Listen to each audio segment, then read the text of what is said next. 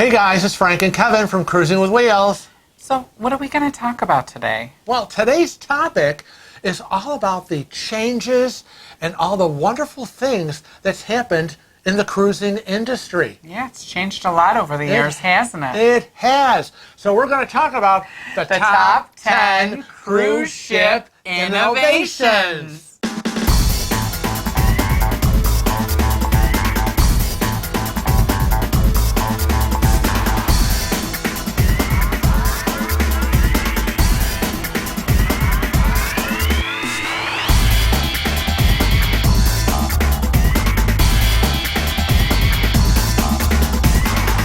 First of all, I'd like to say that if you just found our channel, please consider clicking that subscribe button and becoming a regular Cruising with Wheels family. We're a fun bunch, aren't we? We are crazy.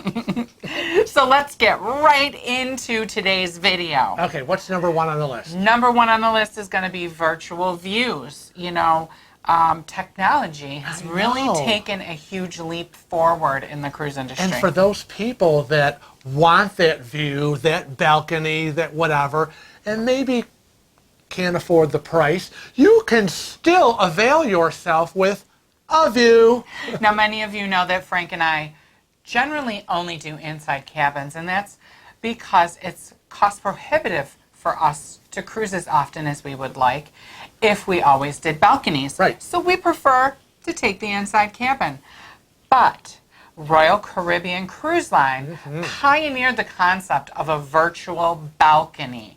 And basically what it is it's a television screen implanted in the wall or mounted on the wall to look like a window. It's an 80-inch, it's like a floor to ceiling, and it's like looking off of the balcony into the ocean. Now, you were telling me that even though Royal Caribbean pioneered the concept... Yeah, they pioneered and fine-tuned it, but I don't know if many people know that it was Disney that actually introduced it on their ships with like a virtual porthole window. And we sailed on the NCL Bliss, Yes. and they have incorporated that into their solo cabins, which are a smaller cabin that are all inside. Right. And so... It gives you the feel that you can, again, see outside. And if you want to see what a solo cabin looks like on NCL, please click the link above. I will insert it for you. And the interesting thing about NCLs, which we didn't have on our notes, but I just thought of it, is when I was touring the cabin, depending on what side of the ship you're on, that's the view you get. They actually use outside cameras. Right, they do live, it's live feeds that bring the outside to the inside. And that's really cool. And now, number 2 on the list is technology-based entertainment. Well, that is really exciting for me because we are going on a Royal Caribbean ship. However, we are not on Royal Caribbean's Quantum class. But that's where they've actually introduced on the Quantum class ships. They are stepping up the game here. It is amazing. They have performance spaces that are, I believe it's called 270.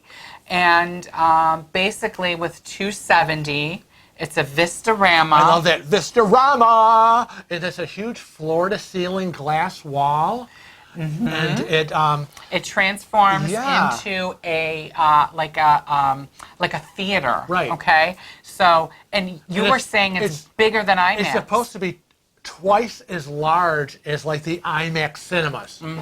Yeah. It's really exciting. I've seen some great video on that. We actually can't wait to get to experience that. And I can't wait to experience the robotic bartender they have. He's so cute. I've seen pictures of it. So I can't wait to experience the robotic bartender. He's so cute. And basically, from what I understand, you just walk up, you insert your card, your Sail and Sign card, and you put your order in, like maybe an iPad, and the bartender makes the drink and delivers it to you. It's really, really neat. You think he's cute because he's delivering you a drink. It's kind of gimmicky, I think, but fun nevertheless because you're on a cruise. It's an attraction. Now, Carnival Cruise Line has Playlist Productions, and what that does is they have LED screens in their background with all these special effects, and it's supposed to enhance the production show. My opinion is it doesn't, because what they do is they've actually, it saves them money because it cuts down on the number of entertainers. Remember we were on that cruise ship and I kept saying, it was on one of the Carnival cruise ships we were on when they first started doing this, and maybe they fine-tuned it since then, but there were 2 dancers on the stage, but it looked like there were like 80, and I'm going, those are all the same people. They were just multiplying them. So I don't know. That cuts down on that payroll. Right. And you know, also some of our Cruising with Wheels family might be interested in some of the luxury lines. Right, luxury lines like Regents, Seven Seas Explorers. They're using digital backdrops in lieu of elaborate sets, and again in a more limited efficient. cruise ship. Yeah, it is. It's it really more is. efficient, and maybe you've noticed that we are now sitting in a new studio. Right, so it's more efficient for us. So we don't have to build elaborate sets and the moving of this and the moving. We were in a show where all they did was move sets, and it was so distracting. Yeah. And we really kind of didn't enjoy it because that's all they were doing. So I guess you all have to find a balance. Now, number 3 on our list is all the tricked out top decks. Now, the big 3, as I like to call them, which is Royal Caribbean, Norwegian, and Carnival, are leading the charge when it comes to tricking out those top decks, right? Right. It's all about entertainment and activities. Now, back in the day, when this first all started with tricked out top decks, the big thing was the rock climbing wall. Right. The miniature golf, the water slides. Yeah, isn't it funny that those now have become so... They're so passé. Passé, low and basic, because they've really, again... They've stepped up their game. Stepped it up to real super duper things. And now we're talking about things like the skydive simulator. That floating in the air. Didn't think I was going to do that right here, did you? Nope. The elaborate ropes courses. Right. There's the London Eye thing. It's kind of like the London Eye. It takes you out over the water. Yeah, I can't remember what it's called. That pod. Yeah, the pod. I always call them the pod people. Right. And the pods. Now y'all know we went on NCL Bliss. Right, they had the go-karts. The go-karts, and it just goes on and on. And they had laser on. tag. Mm-hmm. And there's just so many things that these ships are adding to keep everybody just really moving and active and really kind of awe-inspired. Now, what's number 4 on our list? Well, number 4 is something that we totally enjoy, and that is Norwegian's Freestyle Concept of cruising. They were pioneers in the industry, and we've noticed that a lot of people have followed with this. Yeah, in a way. Yeah, because they came out with this in I believe in the year 2000. I mean, they really put the kibosh on traditional formal cruising and went with this freestyle concept. So those of you who don't know what formal cruising is or haven't been around cruising enough to know that, formal cruising was you got dressed for dinner every night, and when we say dressed, it was like suit and tie. Yeah. Formal nights were tuxedos and gowns, and you had a specific seating time for your dinner, whether it be early or late. And you usually sat with the same people. Same people at the same table. Now that was what I experienced when I went on my my 2-week Mediterranean cruise on Costa Europa. We were at table number 115.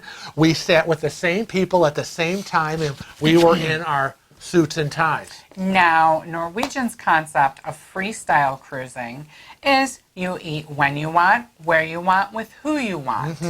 And we find it really great. And most of the cruise lines, rather, have gone to this concept. Right. And it could be called a variety of things. Yes, like anytime dining. My time dining, et cetera, et cetera. So we love the concept, and we're glad that all the other cruise lines are following suit. And we don't bring suits anymore, and we're very casual, and that's what we like because we're on vacation. So, number 5 on our list are breweries and craft beer halls. Now, we're not beer people, but we know a lot of you are. And gone are the days of that bucket of beer. I'm sure they still serve it, but people are all about the craft beers, the micro brews. So, I mean, we're it's getting a little sophisticated here. Yeah, it's gotten very sophisticated. Yes. And, you know, I think Carnival was the first to introduce its own private label draft beer back in 2011. And now they serve those craft beers fleet-wide. Right. And actually, you were telling me. Yeah, on 2 of their ships, the Vista and the Carnival Horizon, they actually brew the beer right there on the ships in several of their restaurant venues. And I think it's the Red Frog Publand. The Pig and Anchor? The Pig and Anchor, Guy's Pig and Anchor, and the Smokehouse. Can you imagine? And the Brew House. The Pig and Anchor Smokehouse and Brew House. I mean, who would have thought that cruise lines would be brewing beer on their ships? Now, this is how they are stepping it up. Now, we also saw on the Bliss when we were sailing that Norwegian has the District Brew House, and it will also be on the Escape that we're going to be on soon. And some of the celebrity ships have a gastro bar, which actually sounds very interesting to me what a gastro bar is. Right, and then Royal Caribbean, they have their like British style pubs. You know, I'm all about the British. Love you, friends across the pond. So for all the lovers of Frank's Cooking Corner, number 6 will be near and dear to your hearts, and that is show kitchens. I know, we've got several cruise lines, Holland America, Oceania, and Regent's Seven Seas that really are embracing the cooking classes. Yeah, it's really interesting. And the people will be like, you trust passengers to be cooking on a stove with fire? But this has become a big thing. I know that you're going to love when we go on Holland America because Holland America has partnered with America's Test Kitchen. Yeah. So it's going to be really, really, really, really cool.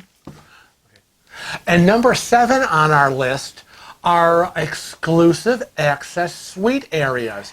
And that's all about what people, I think, know the term a ship within a ship, as we say. So cruise lines like Cunard, MSC, Norwegian, they all have these ships within a ship. So like MSC is the yacht club. Right, and Norwegian is all about the haven. So it's nice, if you can afford that, to have a little exclusivity. They have villas and penthouses and these really awesome uber-duper super suites. With that, and within that, they have like private pools, private sun decks. Restaurants and bars. And I mean, it's their own little city, ship within a ship. Now, as far as we know, as of the filming of this video, Royal Caribbean and Celebrity really haven't embraced this concept yet. Of a separate area. Right. But that they offer exclusive suites with their private restaurants and whatever, but they're not set up within a community or a separate neighborhood. So who knows? Maybe soon. I don't know. Now, we can't forget the little ones, right? So coming in at number 8 is expanded youth programs. That's right, because cruising isn't just what people might think it is, which is, people that get married and go on a honeymoon or older people. It's about kids, too. It's family vacations. And Disney Cruise Lines really was the pioneer in the whole concept of youth programs and what are kids going to do. Right.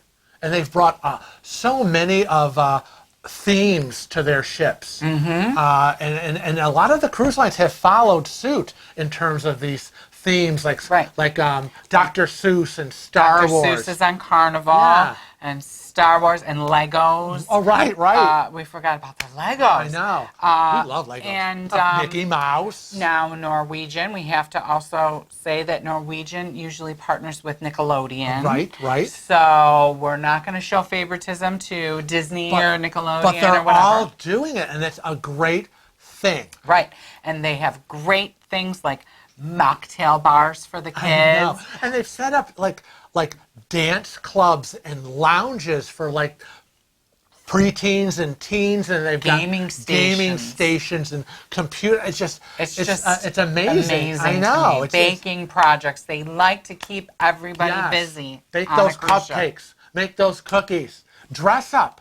Right? When you get to the those parades. The kids' parades. It's really, there's so much being offered to kids today on a cruise ship. And don't forget that if you have picky little eaters, the cruise lines are very accommodating. There will be a kids menu at every restaurant that they can order from. Right. And coming in at number 9 is actually one of our favorites, and that's waterfront dining. And Norwegian, and it's nothing like sitting at the table out on the waterfront and listening to the waves. Now we've done that on NCL or Norwegian, but they're the ones that started it. Another cruise line, because that cruise lines all kind of copy each other eventually, but MSC has come out with that same concept on the seaside. All al fresco dining. And we love it. If you have the chance to do that, you need to try it.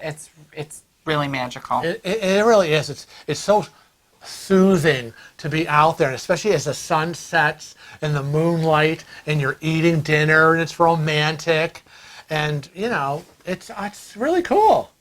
And the final, and personally my favorite, is all the smart technology that the cruise lines have finally implemented. Techie.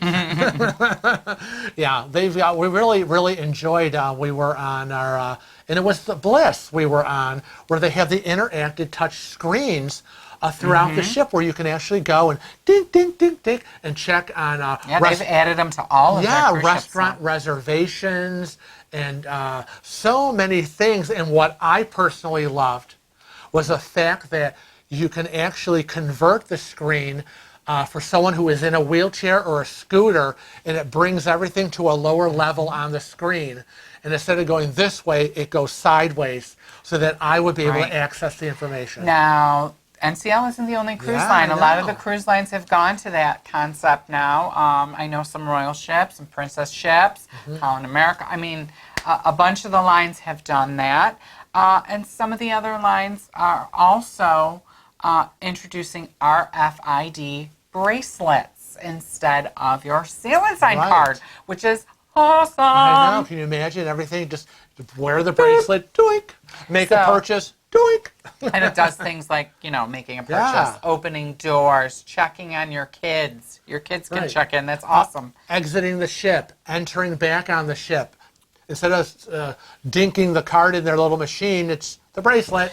Now, Royal Caribbean is experimenting with smart technology with regards to the check-in process, which is supposedly supposed to make your embarkation process faster than ever before. Everybody seems to really be focusing on the checking-in process. And getting you on that ship. Right, because that seems to be the area where I think there are where the most complaints come in. Now, we can't talk about smart technology and not talk about the newest kid on the block. That's right. Which is Virgin Voyages. Now, Virgin Voyages really has stepped up the game when it comes to smart technology. Not just all the things that we mentioned previously about smart technology, but they actually have smart cabins. Now, the smart cabins turn the lights on and off. They know that you're not in the room, so the lights are off. Temperature control. When you're not there, it's like, does it feed you too? It just does so many things. We can't cover them all in this video. It's exciting. Yeah, it's really, really exciting. It's nice to see the cruise industry stepping it up and changing with the times. Know your audience. We want to thank you for joining us today and telling you all about the changes that have been going on in the cruise industry.